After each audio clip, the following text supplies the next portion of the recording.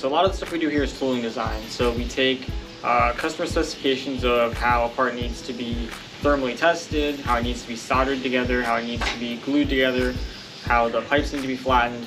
We take those specifications and we turn them into a design of some sort of tooling that can be pressed, it can be bolted, it can be have glue or solder inserted into it, it can be heated, it can be cooled, all those kind of requirements.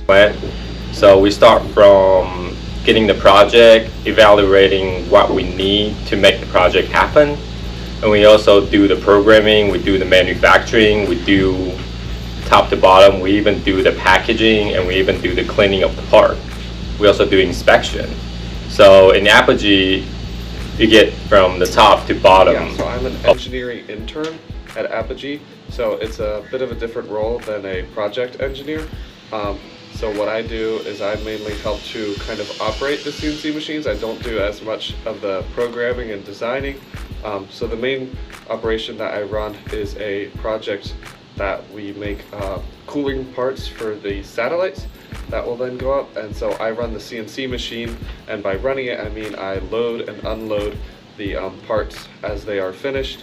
And then kind of a secondary role that I have is cleaning and packing up any finished parts. So we have a process called deburring, which is sort of like sanding down the parts, making sure there's no rough edges, and making sure that everything is checked and looks good. So those are kind of my two main roles as an engineering intern.